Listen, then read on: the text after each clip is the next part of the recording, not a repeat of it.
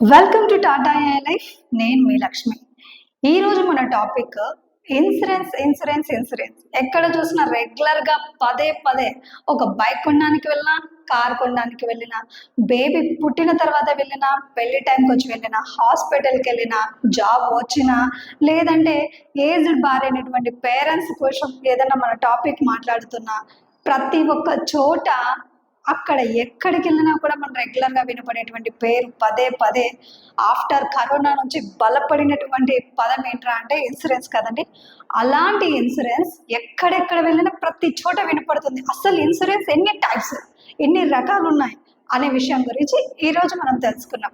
Insurance basically only two types ఏనండి. ఒకటి life insurance, మరొకటి జనరల్ ఇన్సూరెన్స్. సో జనరల్ అంటే తెలుగులో ఏమంటామంటే సాధారణం, ఇన్సూరెన్స్ అంటే బీమా. సో జనరల్ ఇన్సూరెన్స్ని మనం తెలుగులో ఏమంటామంటే సాధారణ బీమా. అలాగే లైఫ్ అంటే ఏంటంటే జీవితం. సో లైఫ్ ఇన్సూరెన్స్ అంటే జీవిత బీమా. సో మనం ప్రస్తుతం ఉన్నటువంటి రోజుల్లో కొన్ని ఇంగ్లీష్ పదాలు విని తెలుగులో ఇదా కాదా అని కన్ఫ్యూజన్లో ఉంటున్నాం. సో కంపల్సరీ మనం ఎవరమైనా సరే అండి, మనం కానీ మన పిల్లలకి ఏదైనా మనం నేర్పిస్తున్నా కూడా ఒక పదం ఇంగ్లీష్లో మాట్లాడడం కాదు, దానికి తెలుగులో మీనింగ్ కూడా డ్యామ్ షూర్ తెలిసి ఉండాలి. ఓకేనా? So come let's to our topic. Present మనం రెగ్యులర్ లైఫ్లో వింటున్నటువంటి లైఫ్ ఇన్సూరెన్స్లో ఉన్నటువంటి సబ్ కేటగిరీస్ గురించి మనం ఈరోజు డిస్కషన్ చేద్దాం. So first of all term plan, the most valuable policy in our life. ఎందుకు అంత వాల్యుబుల్ అని చెబుతున్నాను అంటే, ఈ term plan first of all ఎవరెవరికి ఇస్తారనేది తెలుసుకున్నాం నీట్గా. ఒక టర్మ్ ప్లాన్ కంపల్సరీ ఎవరికి ఇస్తామంటే ప్రైవేట్ ఎంప్లాయీ, గవర్నమెంట్ లేదా కాంట్రాక్ట్ బేసిక్గా వర్క్ చేస్తున్నటువంటి ఒక పర్సన్ శాలరీ మినిమం 25,000 ఉండి salary slips minimum 6 months needed ఉన్నటువంటి పర్సన్, లేదా ఐటీ రిటర్న్స్ పర్ ఇయర్కి మినిమం 3 lakhs పే చేస్తూ మినిమం ఇంటర్ క్వాలిఫికేషన్ అనేటువంటి పర్సన్కి ఇచ్చేటువంటిది టర్మ్ ప్లాన్ అండి. ఈ టర్మ్ ప్లాన్లో కూడా ఇప్పుడు నేను ఏవైతే కేటగిరీ చెప్పానో, క్వాలిఫికేషన్స్ చెప్పానో, ఇవి damn sure pure guaranteed term ప్లాన్కి ఇవి మస్ట్ అండ్ షుడ్ నీడెడ్ అనమాట. అండ్ అలాగే ఒక కంపెనీలో టర్మ్ ప్లాన్ తీసుకునేటువంటి పర్సన్కి ఇంకొక ఇన్సూరెన్స్ కంపెనీలో టర్మ్ ప్లాన్ ఇవ్వచ్చా, ఆయన యొక్క శాలరీ ప్యాకేజ్ని బేస్ చేసుకొని ఉంటుందండి. ఓకే. అండ్ ఈ టర్మ్ ప్లాన్ ఒక మనిషికి ప్యూర్ గ్యారంటీ టర్మ్ ప్లాన్ అయితే వాళ్ళ యొక్క ఏజ్ని బట్టి వాళ్ళకి ప్రీమియం వస్తుంది, అంతేకాని మనం ఇష్టం వచ్చినటువంటి అమౌంట్ అనేది డిసైడ్ చేయడానికి లేదు. అలాగే వాళ్ళు మేము ఇంతే పే చేస్తామన్నా కూడా కుదరదు. సో టర్మ్ ప్లాన్ అనేది బల్క్లో వచ్చేటువంటి పెద్ద ప్రీమియంతో, మనం తక్కువ ప్రీమియంతో మనం పే చేస్తున్నాం, బల్క్లో వాళ్ళ ఫ్యామిలీకి మంచిగా రిటర్న్ వచ్చేటువంటి అమౌంట్. ఏదైనా రిస్క్ జరగకపోయినా కూడా వాళ్ళు ఎన్ని ఇయర్స్ అయితే పేమెంట్ ఆఫ్ పీరియడ్ పెట్టుకుని ఉంటారో, తర్వాత వాళ్ళు ఎన్ని ఇయర్స్ వరకు లైవ్లో ఉంటారో, ఆ తర్వాత కూడా ఎటువంటి రిస్క్ జరగకపోతే కంపెనీ వాళ్ళు పే చేసినటువంటి అమౌంట్ని హ్యాపీగా వాళ్ళకి రిటర్న్ కూడా ఇచ్చేసేస్తుంది. Okay. Next whole life. So complete వాళ్ళ యొక్క లైఫ్కి సంబంధించినటువంటి ఇన్సూరెన్స్ అనమాట. సో దీన్ని మనం ఒక సేవింగ్ ప్లాన్గా చెప్పొచ్చు. సో సేవింగ్ ప్లాన్స్లో డిఫరెంట్ టైప్స్ ఆఫ్ పాలసీస్ అని ఉంటాయి కదండి. అంటే ఒక పర్సన్ ప్రజెంట్ వాళ్ళ యొక్క బేబీ ఏజ్కి సంబంధించి పే చేస్తుంటే ఆ బిడ్డ చదువు కోసం కావచ్చు, తర్వాత అమ్మాయి అయితే పెళ్లి ఖర్చుల నిమిత్తం నెక్స్ట్ మళ్ళీ నాకు ఇంత రిటర్న్ కావాలి అనేటువంటిది కావచ్చు, తర్వాత ఒక అబ్బాయి అయితే ఆ బాబుకి ఏదైనా బిజినెస్ పర్పస్ కోసం కావచ్చు, అండ్ మళ్ళీ వాళ్ళు రిటైర్డ్ అయినటువంటి తర్వాత కూడా రీసెంట్గా మనకు వచ్చిందండి శుభ్ ఫ్లెక్సీ అనేటువంటి ఒక బెస్ట్ ప్రోడక్ట్.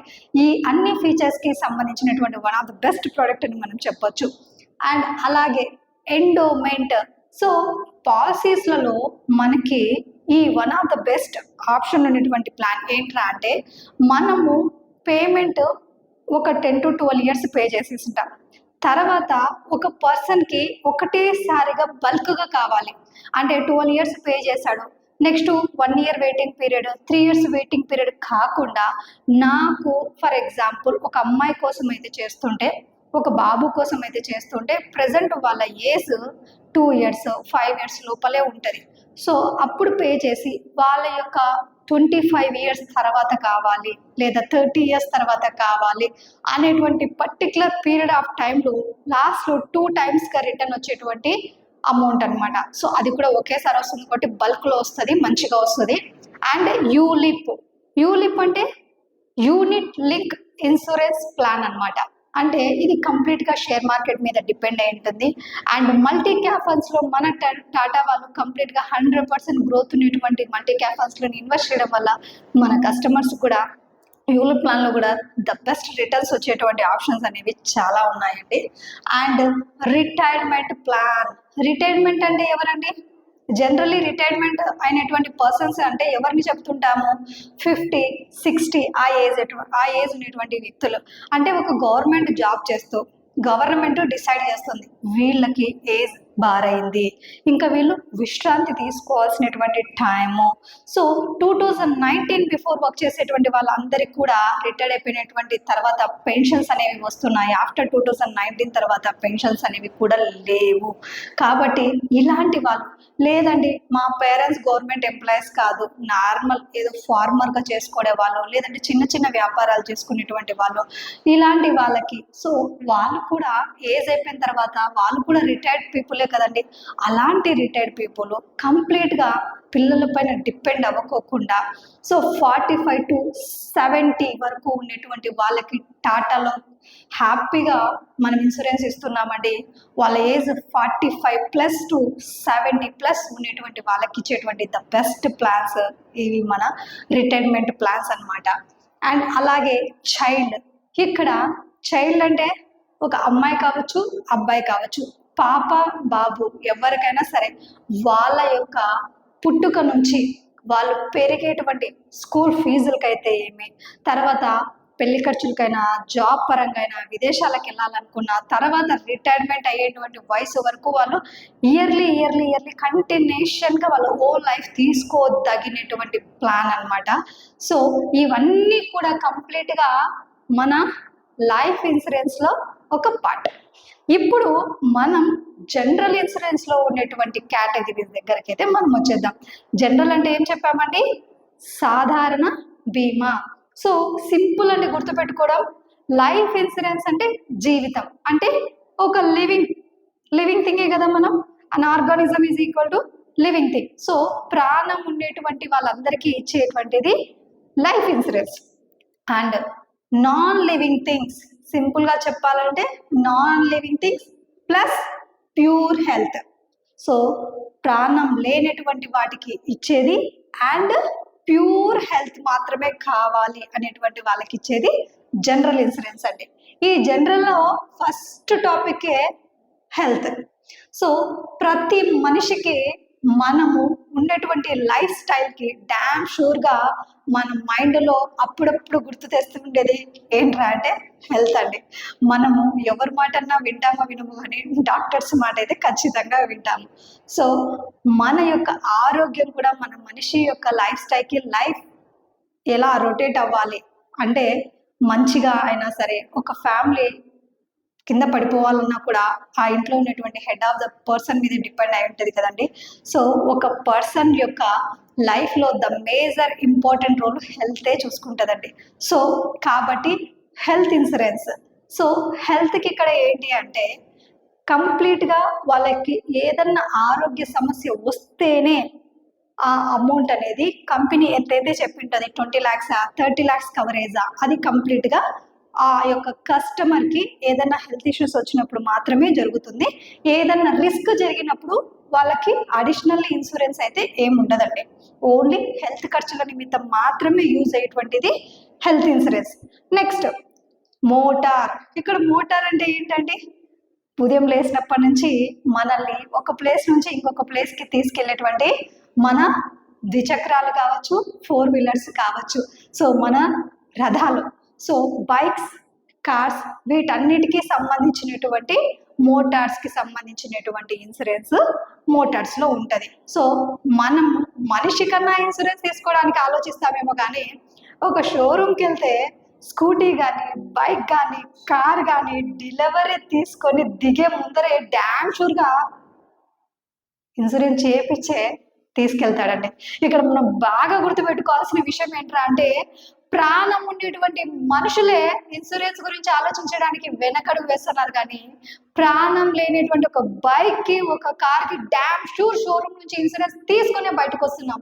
కానీ మనం ఎందుకు, ప్రాణం ఉన్న మనం ఎందుకు ఇన్సూరెన్స్ గురించి ఆలోచించట్లేదా?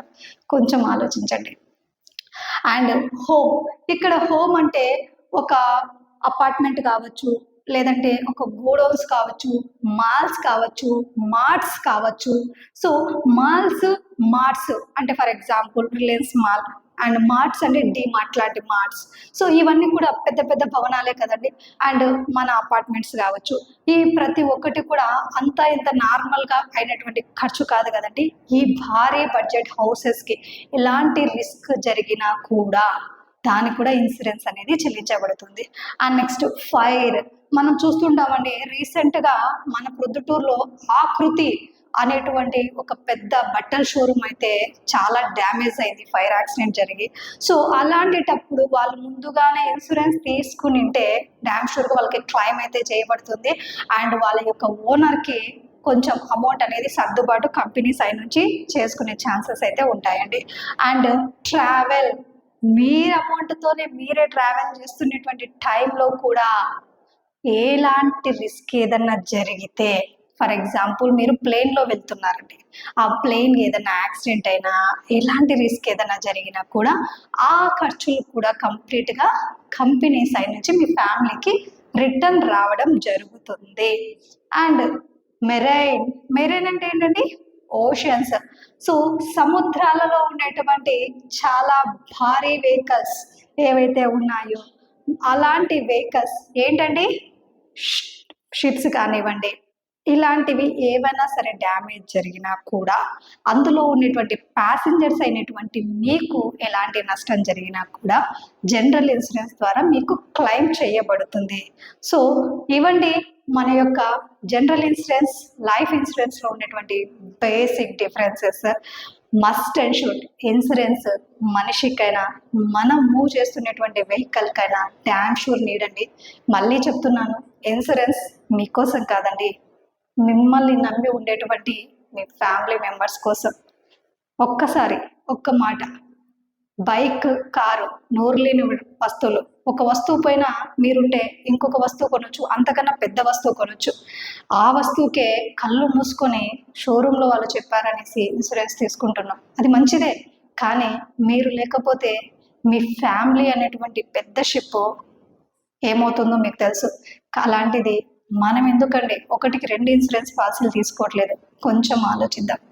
ఇన్సూరెన్స్ మనందరికీ కావాలి, మన ఫ్యామిలీ యొక్క ఫ్యూచర్ కోసం. వాళ్ళు రోడ్డున పడకూడదు కదా. Thank you.